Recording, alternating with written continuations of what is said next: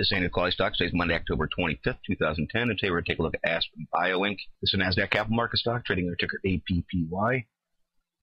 Being a biotech, we have to assume that there was some kind of bad drug news. Two gaps down, up here around $5. Closed on Friday at 36 cents. Put a couple head fakes together before. See, back here in August, looked like it was going to try and make a reversal. Couldn't sustain. Came back, set up a support level, slipped through it. So now we're going to take a look for some signs this might be trying to make another move. Some of the important things we always look for: positive divergence of the MACD with the price per share. Coming off a couple different pinches. See right here, this second pinch is when it got this bounce. Understand this is a nice bounce, around 51 cents up to 66, about a 30% bounce right there. It doesn't look like much. That's some very nice gains. I'm going to put a trend line through there on the PPO. It's getting ready to make a bullish cross. Nice setup of the ADX. MFIs are all in a very nice position, all three basically together. Even a slight uptrend in the 21. Not too much separation at all. We want to see them break through 50. We reference it all the time. Trading over 50 is a bullish chart. So that's where we want to see the MFI make its move. See accumulation distribution kind of in a sideways channel now for several months. Somewhere right in through there is where we're going to look for this to break through. I want to see it get out of this sideways movement that it's in, make a new higher high, and continue to try and trend upward. It has a very nice look to the Chaikin money flow to give some strength to that theory that it may make the move. Breaking through zero on Friday, showing you that buying pressure is overcoming selling pressure, and it had a nice little uptrend beforehand. It's a very nice look to the Chaikin money flow. CCI just now breaking through negative 100. That's where bottom feeders use that as a buy point. It's a hold until it snaps back down below negative 100. But trying to get in early and catch the bottom, that's the point they'll look for. Full stow, almost off the bottom, down here in oversold territory. This first break through 20 is a sign of any strength coming into this chart, gain some momentum. So we're going to look for this to continue that way. Ultimately, that break of 50 is where we want to see that go. That's going to take some more buying pressure up on the PPS, try and make it move north.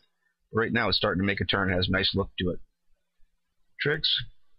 Of course, the valley hasn't been created yet, but overall given a feeling of a nice uptrend back towards zero. Again, in the long term, that's what you look for. So we want to see this make its turn, break back through the signal line, that red line, and continue to trend, and ultimately you want to see it through zero. RSIs are in a nice position. 7 coming out of pretty heavily oversold, down around 10. Breaking up now through the 14 and 21.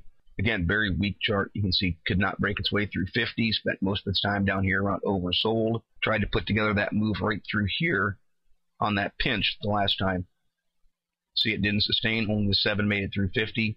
So we're going to pay attention to that now. The 7's probably going to break through 50. If this gets any more buying pressure, it's going to work its way through. But in a little bit longer term, we need to see the 7 and 21 get some momentum behind themselves and break through 50. You need to get it through that midway marker.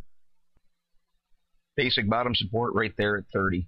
See, this had a low of 31 on Friday, just slightly above it. It does get some support there, but we're going to look for 30 to hold. First real line of resistance is going to come in right there in front of it. It's going to be a little bit of an area, a couple penny wide right there. I'm not really zoomed in close enough to be able to put true figures to it, but that right there is probably 38 cents since it hit a high of 37 on Friday, and it's slightly above it. So we're going to look for it to make a move through that resistance. Of course, there's a 20-day moving average right in front of it at 41.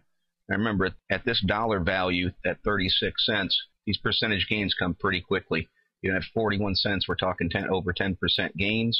So this has a potential of reaping some nice rewards if this move can continue. You're not going to meet any heavy resistance. So look, it's right up here around 50. You can see it was a strong area of support that it fell through back in the beginning part of October. There's the 50-day moving average right at 50 cents.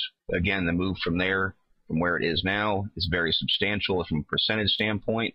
So we want to keep an eye on APPY for this to continue to make its move. Volume 436,000. You can see it's just creeping up a little bit each day. So this might be being looked at as a buying opportunity since support has been established there now. Again, if it breaks back down through it, it's a sell. It's a get out. Wait for it to set up again. But right now, it looks like it's going to try and move to the north side first. So we'll be keeping our eyes peeled on Aspen Bioscience. As always, this chart is merely my interpretation. This is Andy with QualityStocks. Thank you and trade smart.